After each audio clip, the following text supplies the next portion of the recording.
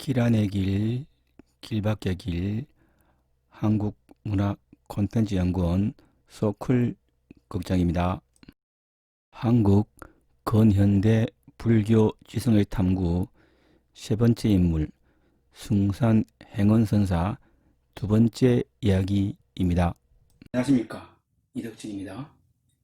지난 시간에 이어서 한국 근현대 지성사의 세 번째 인물 숭산 스님의 두 번째 시간이 되겠습니다.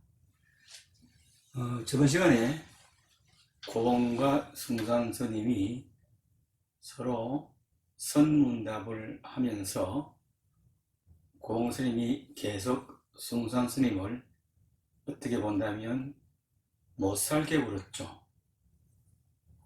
외골수로 몰고 왔다고 그럴까요? 숭산 스님 화가 많이 나고 그래서 서로 성난 고양이같이 상대방을 노려보기를 했습니다.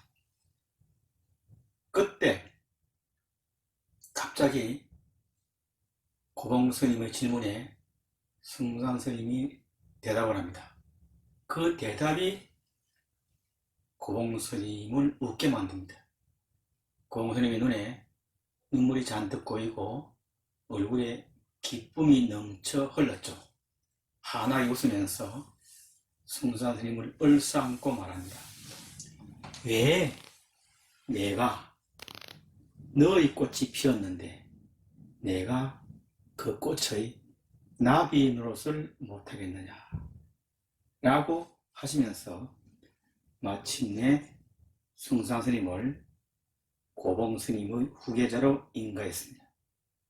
다음해인 1949년 고봉 스님은 숭산 행원 스님에게 정식으로 법을 전하는 건당식을 열었죠. 이 건당식에서 숭산이라는 당호를 받게 됩니다. 이로써 숭산 스님은 고봉 스님으로부터 법을 전수받아서 수덕사 덕숭 법맥의 78대 조사가 됩니다.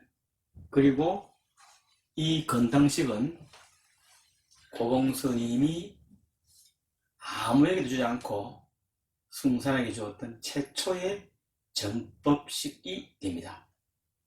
건당식이 끝나고 고봉 스님은 숭산 스님이 이렇게 말합니다. 지금부터 3년간 그대는 묵언하라. 너는 이제 대자유인이다.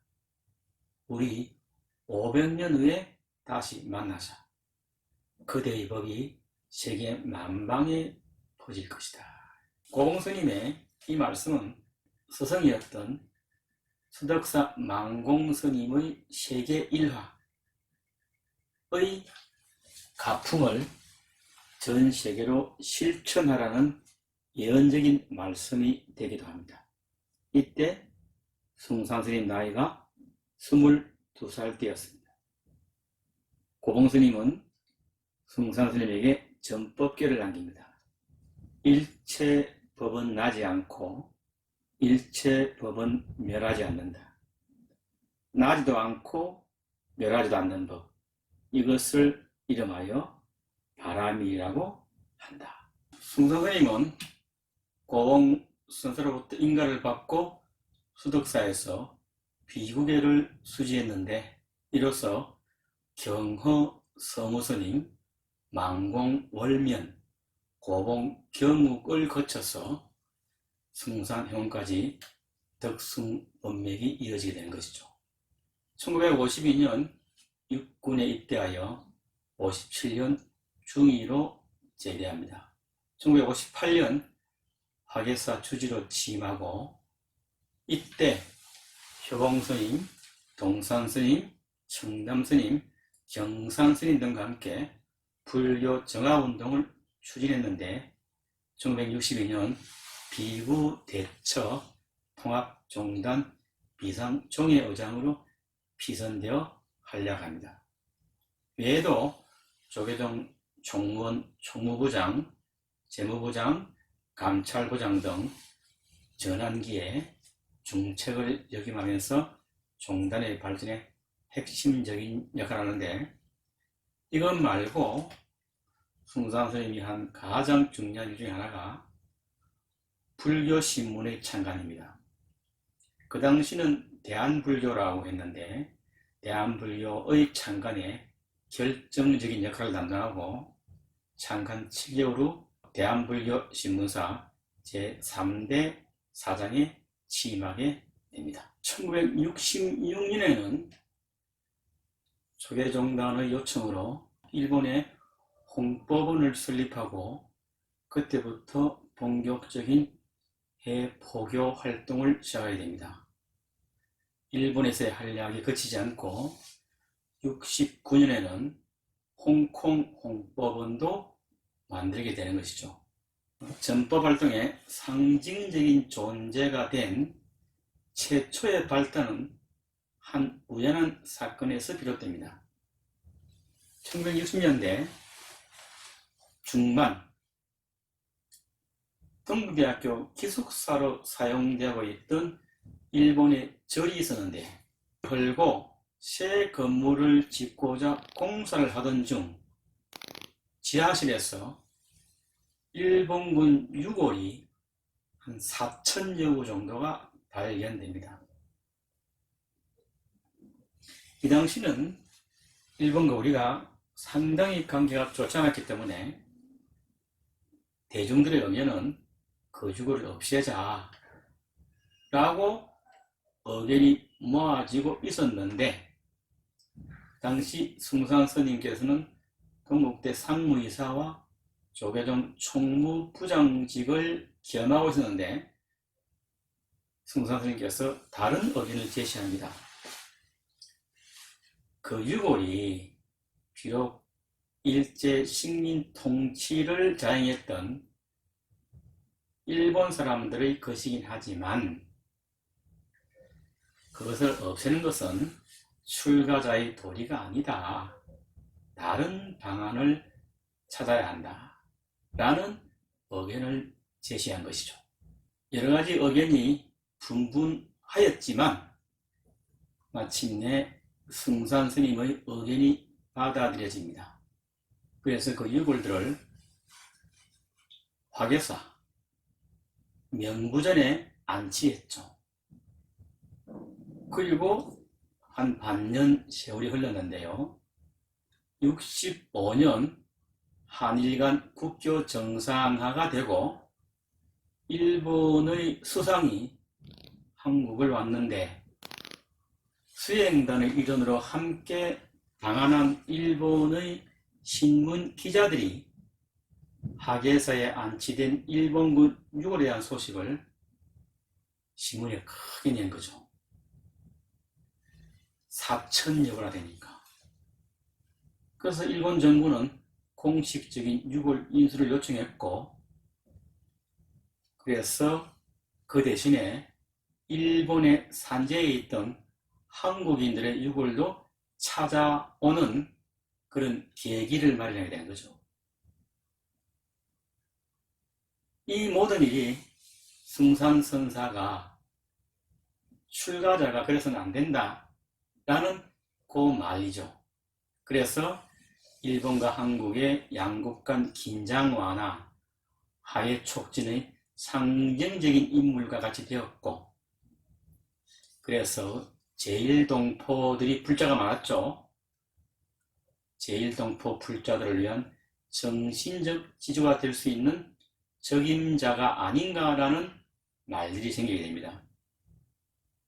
그래서 일본 국회의원이 여러 차례 우리 정부에 제1한국인들을 위한 전법 활동을 하는 사람으로서 숭산 선사를 요청한 것이죠. 그러니까 한국 정부와 조계종단이 일본으로 가서 포교 활동을 해줄 것을 권유하는 것입니다. 1966년 숭산 선사의 일본행이 성사되어집니다.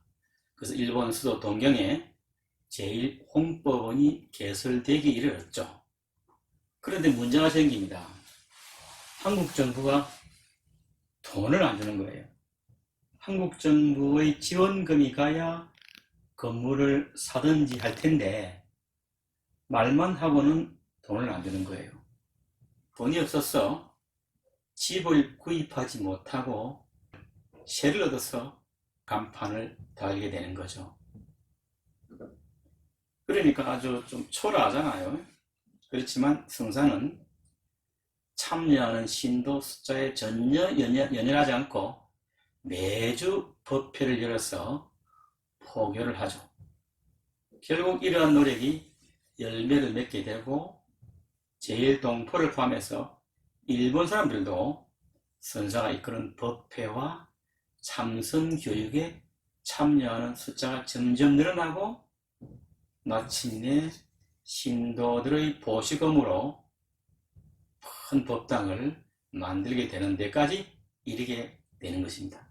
일본 홍법원의 성공적인 정착은 곧 홍콩 홍법원 개설을 이어졌고, 그러다가 1972년 미국에도 홍법원을 개설하게 됩니다. 이것도 상당히 우연한 계기로 만들어지는데요. 성산스님의 동국대학교 동창이자 재미사업가로 활동하던 유영수라고 하는 분이 중간에서 다리를 놓는 것이죠.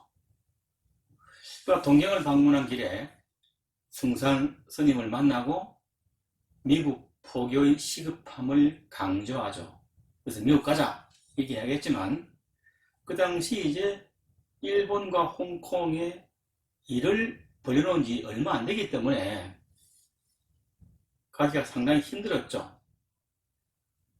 그런데 미국에 간 유영수 씨께서 무작정 선사에게 초청장과 비행기 탑승권을 보내왔죠. 그래서 그냥 여행 삼아 미국 구경이나 하자. 그래서 한 3개월 정도 견문을 넓히자. 이런 생각으로 갔죠. 그런데 미국에 가서 생각이 달라집니다. 미국을 방문해가지고 교포 불자들의 안내를 받으면서 여기저기를 둘러보던 중에 일본 승려들이 운영하는 선방을 방문한 일이 있었습니다. 그곳에서 미국 사람에게 참선을 가르치고 있는 일본 스님들을 보고 선사는 큰 자극을 받았죠. 한국 가나선의 정통성이라고 그럴까요?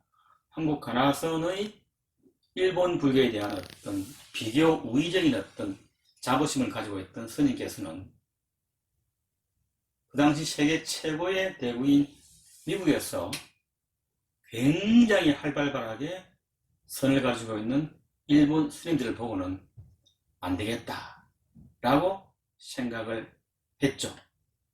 그래서 어떻게 할까 라고 고민하던 중에 김정선 교수라고 하는 분이 미국 대학생들을 자기의 집으로 초대하고 그리고 선사가 거기에서 법문을 하기 시작하고 참선 공부를 같이 시작했던 거죠. 처음에는 변두리에 작은 아파트를 얻어가지고 시작했지만 굉장히 힘들었죠. 경제적으로 문제가 많죠. 그리고 언어도 문제가 많고. 그러니까 경제와 언어가 두 가지가 걸리니까 뭘 해볼 수가 없잖아요. 다행하게도 그 스님을 쫓아다니던 교수 한 분이 일본어가 아주 유창한 분이 있었어요. 프루덴이라는 교수인데, 그래서 국료지책으로 처음에는 선사가 일본어로 말씀을 하면 그 다음에 그 교수가 영어로 통역하는 식으로 진행하였고, 틈틈이 선사는 영어를 배워 나갔죠. 언어는 또 그렇다 치고 경제적인 부분이 상당히 큰 문제였죠.